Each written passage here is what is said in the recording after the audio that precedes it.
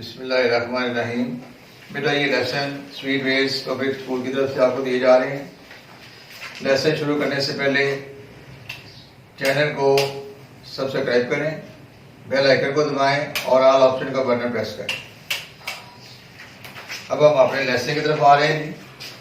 इस लेसन में हमने कल यानी पिछले लेसन में Rutherford, J Thomson, sir William crooks और इसके अलावा कुछ प्रॉपर्टीज एटम की देखी थी।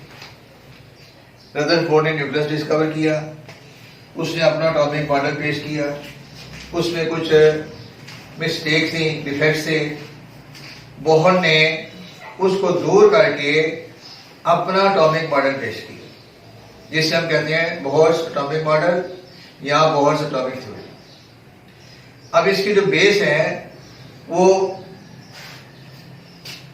Quantum theory of max Planck पे है। अब इसका मतलब है कि इलेक्ट्रॉन के अंदर कुछ एनर्जी होती है और ये भी कहा जाता है कि electron are particle, they behave as well like waves. वो वेव की तरह भी बिहेव करते हैं और पार्टिकल की तरह भी बिहेव करते हैं। अब बोहर ने अपने मॉडल के मुताबिक 5 पॉइंट हमें बताए और उसने हाइड्रोजन एटम को एग्जाम्पल के तौर पे यूज किया है। वो बेटा सामने रखेंगे हम कि बोहर ने अपना मॉडल 1913 में पेश किया और इसकी जो बेस है वो quantum theory of max Planck है। मैक्स प्लांक इस संहिता का नाम है और क्वांटम थ्योरी एक थ्योरी है जिससे ये पता चलता है कि इलेक्ट्रॉन के अंदर एक खास एनर्जी होती है जिसे क्वांटा कहते हैं।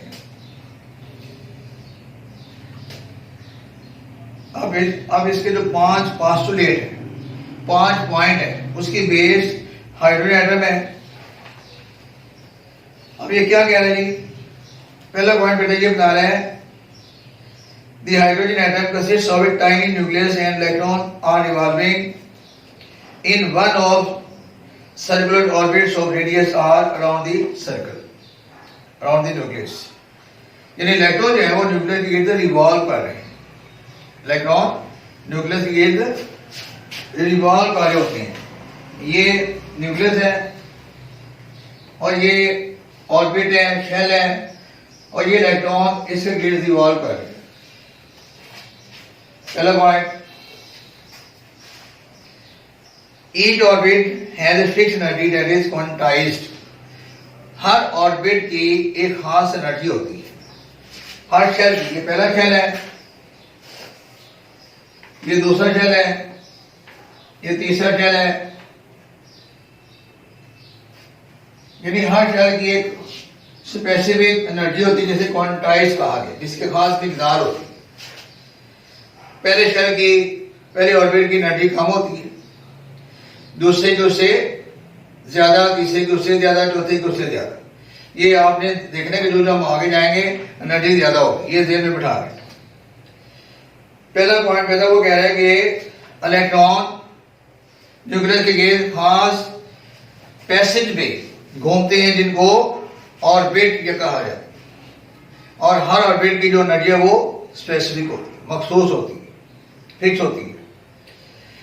तीसरा point, as long as electron remains in a particular orbit, it does not radiate or absorb energy. The energy is emitted or absorbed only when an electron jumps from one orbit to another।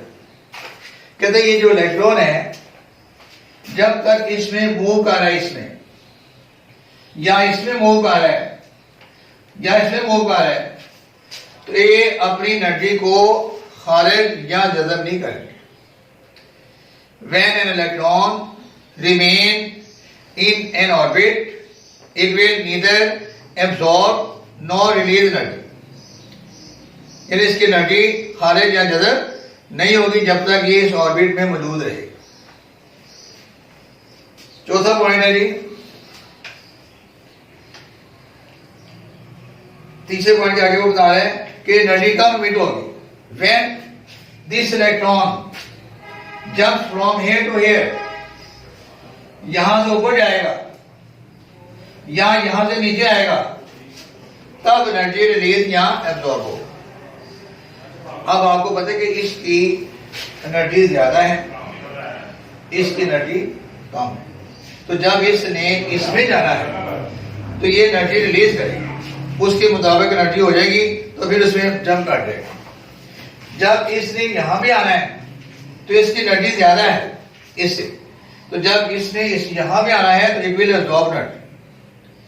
When an electron jumps from one orbit to another orbit it will release और absorb. Release कब करेगा? जब जो ऊपर से नीचे वाले orbit में आए, और एब्जॉर्ब कब करेगा? सॉरी, रिलीज कब करेगा? जब ये नीचे से ऊपर जाएगा, और एब्जॉर्ब जब ऊपर से नीचे आएगा। इसके बराबर होगी एनर्जी, तो फिर आएगा वो। चौथा पॉइंट है ये, when an electron jumps from lower orbit to higher orbit it absorb energy, and when it jumps from higher orbit to lower orbit it radiates energy, जो भी हमने बताया। अब अगले पॉइंट में यही बता रहे हैं कि वो कितनी एनर्जी रिलीज करेगा या कितनी एनर्जी एब्जॉर्ब करेगा। हर ऑर्बिट की एनर्जी मखसूस है, लेट इट्स एनर्जी E1, इसकी E2। अब बेटा इसने इसमें जाना है, इसने, तो ये E2 minus E1 is equal to delta E, इसके बराबर एनर्जी रिलीज करेगा या एब्जॉर्ब करेगा। जब इसने यहां पे जाना है तो क्या करेगा? रिलीज कम करेगा ना, और जब इसने यहां पे आना है तो इतनी एनर्जी एब्जॉर्ब करेगा। और इसको उसने HV कह दिया, where H is a Planck's constant equal to 6.63 multiplied 10 raised to power 34 joules second, and V is frequency of light. Electron can revolve only in orbits of a fixed angular momentum mvr, given as mvr is equal to n h by 2 pi। अब यहां भी हम थोड़ा सा stay करेंगे। Momentum मैंने आपको बताने के बाद, ये momentum,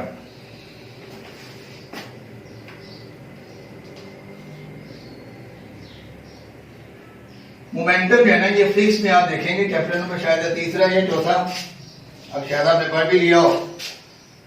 T is equal to mv, P for momentum के लिए उसे यूज किया है, m mass और v velocity।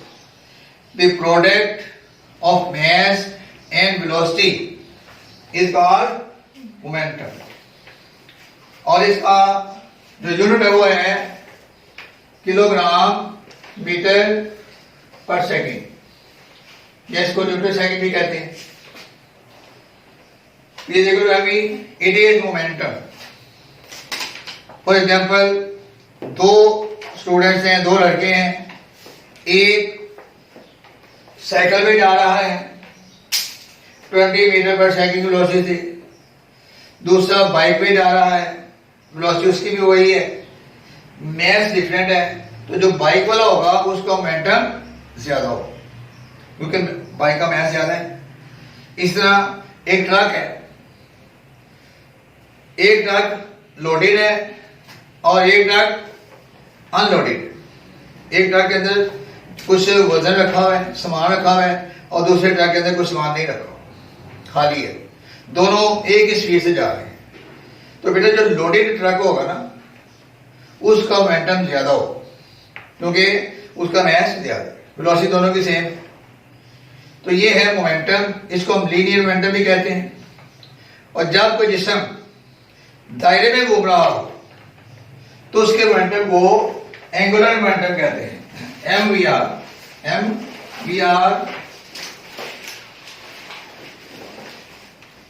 Angular momentum.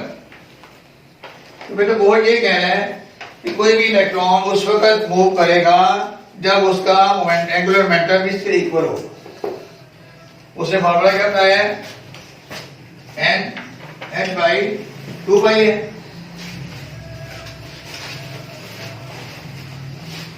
h/2।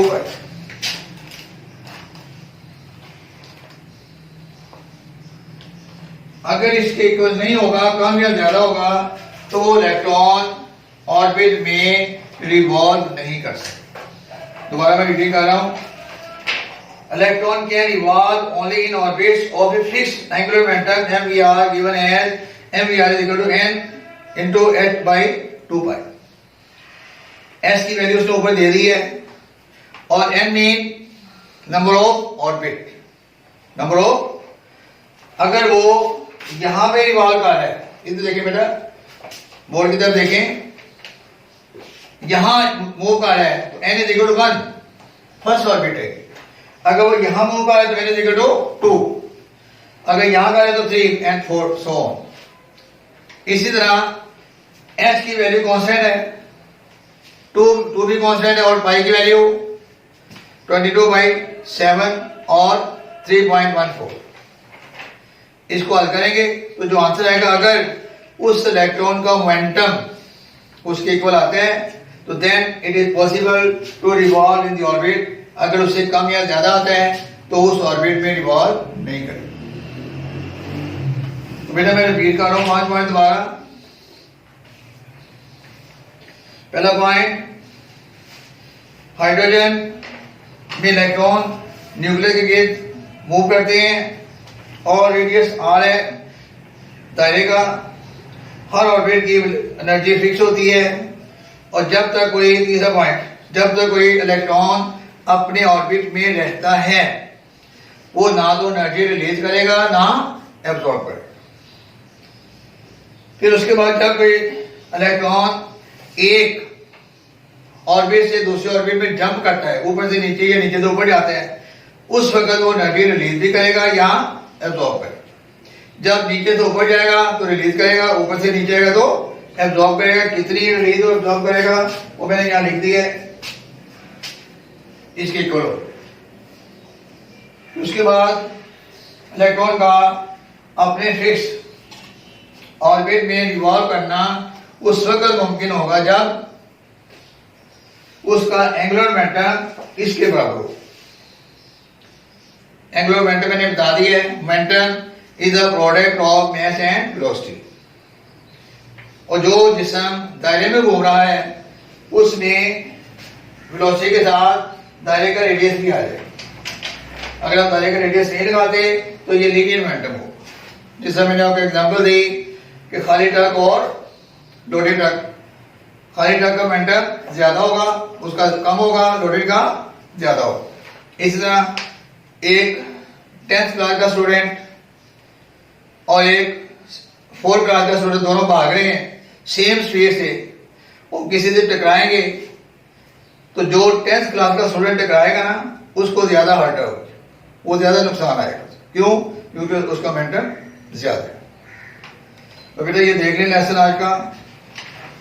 आज के लेसन में हमने बोहर एटॉमिक मॉडल देखे, और कल जो बेटा आपका होमवर्क है ना वो ये difference between Bohr and Rutherford atomic theory, page number 34, और इसके जो बॉक्स है इसको आपने देखना है, और कल इसको हम डिस्कस करेंगे और नया टॉपिक शुरू करेंगे, electronic configuration.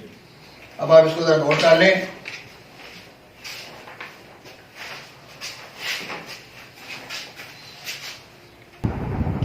Bohr atomic model के बाद हमारा अगला टॉपिक होगा शेल और sub shell. Shell and sub shell.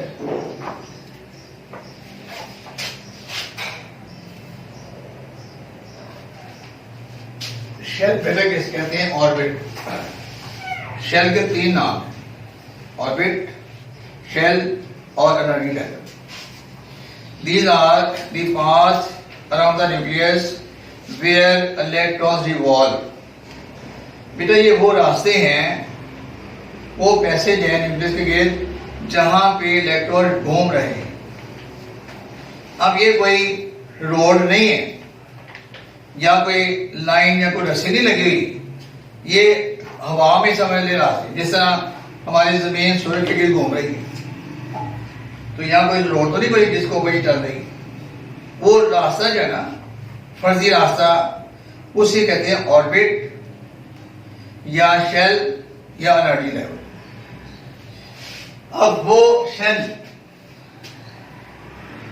जो न्यूक्लियस के सबसे करीब होता है, उसकी एनर्जी सबसे कम है और उसे हम के का नाम देते हैं। फिर उससे बाद दूसरा जो शेल आता है उसे एल का नाम देते हैं। फिर नेक्स्ट के, एल, एम और एन, ये एन तक हम देखते हैं इसको।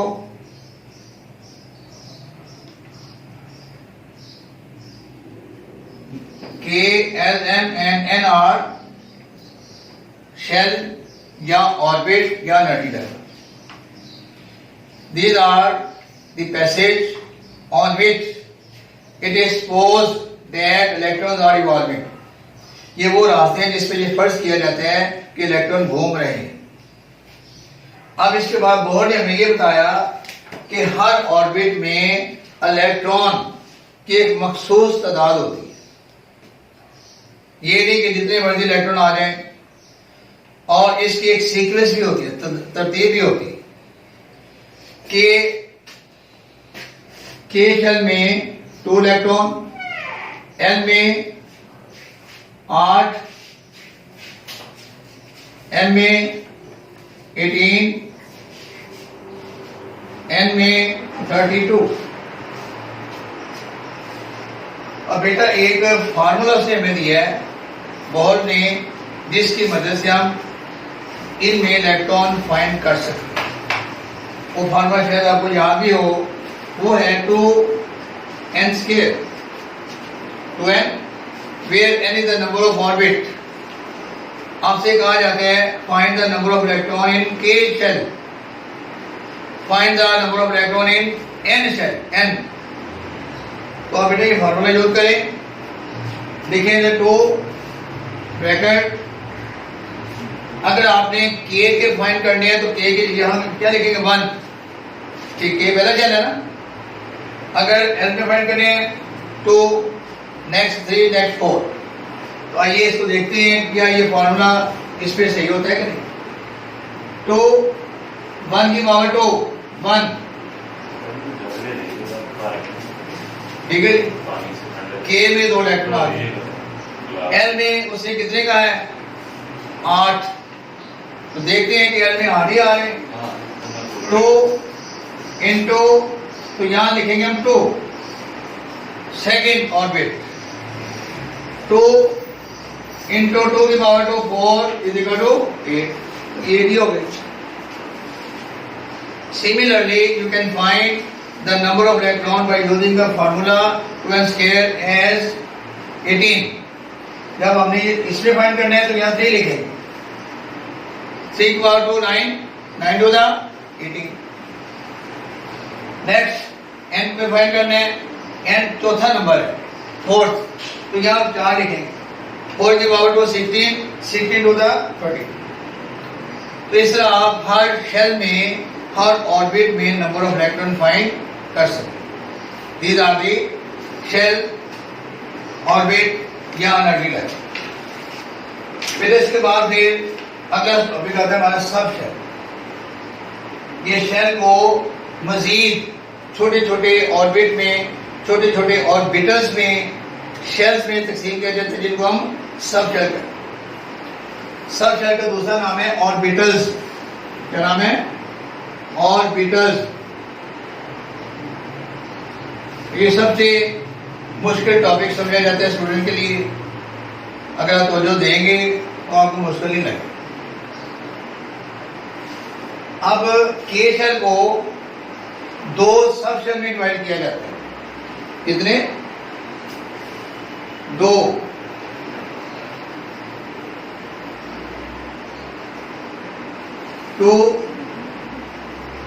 सब शेल इसको 3 सब शेल, इसको 18 है ये, 3s2 3p6, 4s2 4p6, इसको 9, इसको 16, 18 को डिवाइड करें ना, इसको 1s2 2s2 2p6, कितने हो गए 2 2 4 10, 3s2 3p 3p4, 2 4 10 12 और 4 16 6, इसमें आ जाएंगे 1 2 3 4 5, 1 2। तो जब हम इनकी इलेक्ट्रॉनिक कॉन्फ़िगरेशन देखेंगे ना, तो उसमें हम मजीद देखेंगे कि इनमें कितने इलेक्ट्रॉन आएंगे। अभी आपने सिर्फ ये देखना है कि यहाँ पे S, यहाँ पे S और P 2 थे, यहाँ पे S P D 3, यहाँ पे S P D और F 4। इसके 2 सब शेल हैं, एक सब शेल है S, इसके 2 हैं, इसके 3 और इसके 4। S में 2 इलेक्ट्रॉन आते हैं, P में 6, D में 10 और F में 14। ये सब शेल में इलेक्ट्रॉन की अरेंजमेंट है। S में 2, P में 6, D में 10 और F में 14। अब इस लिहाज से इसको हम देखेंगे ना, तो ये 8 पूरे हो जाएंगे, 2 और 6 8, SPD 2 6 और 10 18, 2 6 10 और 14 32 हो जाएंगे। तो इसको याद करने के लिए देखिए, ये तरतीब आपने याद रखनी है। ये मैक्सिमम नंबर ऑफ इलेक्ट्रॉन है इन सब शेल। अब सब शेल को जाहिर करने के लिए सब शेल से पहले हम एक कोएफिशिएंट या डिजिट लगाते हैं जो हमें बताता है कि ये किसका सब शेल है। फॉर एग्जाम्पल मैं यहाँ पे लिखता हूँ 1s, तो ये किसका सब शेल होगा, ये शेल। फिर मैं यहाँ लिखता हूँ 4s, तो ये किसका होगा, n। ठीक है, ये इसमें डिफरेंस होता है। s ऑर्बिट है, s चाहे पहले का हो या आखिरी का हो, उसमें इलेक्ट्रॉन 2 ही आएंगे। इसके शुरू में जो लिखा होता है ना, वो नंबर ऑफ शेल है, और जो ऊपर लिखा होता है वो नंबर ऑफ इलेक्ट्रॉन। अभी हम देखेंगे इनकी इलेक्ट्रॉनिक कॉन्फ़िगरेशन, तो फिर आपको ये क्लियर हो। इलेक्ट्रॉनिक कॉन्फ़िगरेशन का जिक्र हम नेक्स्ट लेक्चर में करेंगे। इसकी तरफ डेफिनेशन मैं आपको बता रहा हूँ। Electronic configuration means the distribution of electron in shells and सब शेल्स। फॉर एग्जाम्पल सोडियम के पास कितने इलेक्ट्रॉन है, 11। कितने, 11। अब इसकी डिस्ट्रीब्यूशन क्या है, K is equal to 2, N is equal to 8, KLM, L is equal to 8 और M is equal to 1। 11 पूरे हो गए। अब इनको आगे सब शेल में देखें जरा। इसको हम लिखेंगे 1s2, इसको क्या लिखेंगे 2s2 2p6, 2s2 2p6 और m का 3s1। ये इसकी डिस्ट्रीब्यूशन। अब 2p6 1p6 होते नहीं, क्यों? क्योंकि पहले दिन P नहीं, P शुरू होता है 2 से और D शुरू होता है 3 से, F शुरू होता है 4 से। कि आगे मजीद थोड़ा सी कंफ्यूजन होगी इसमें आपको, तो जब हम इसकी प्रैक्टिस करेंगे ना तो फिर आपको ये क्लियर हो जाएगा। ये देखें कि 2 इलेक्ट्रॉन है और उसके सब शेल 1s2, फिर L के 8 इलेक्ट्रॉन है, S और P 2s2 और 2p6। और ये जो 2 बता रहे हैं, it is showing the number of shell. ये जो 3 बता रहे हैं, it is the number of shell. तो बेटा आज के लेसन हमारा इतना ही है। कल आपने फर्स्ट 18 एलिमेंट्स की इलेक्ट्रॉनिक कन्फिगरेशन टेबल में दी हुई है, उसको देख के आए। तो कल हम इसको खुद बना के देखें।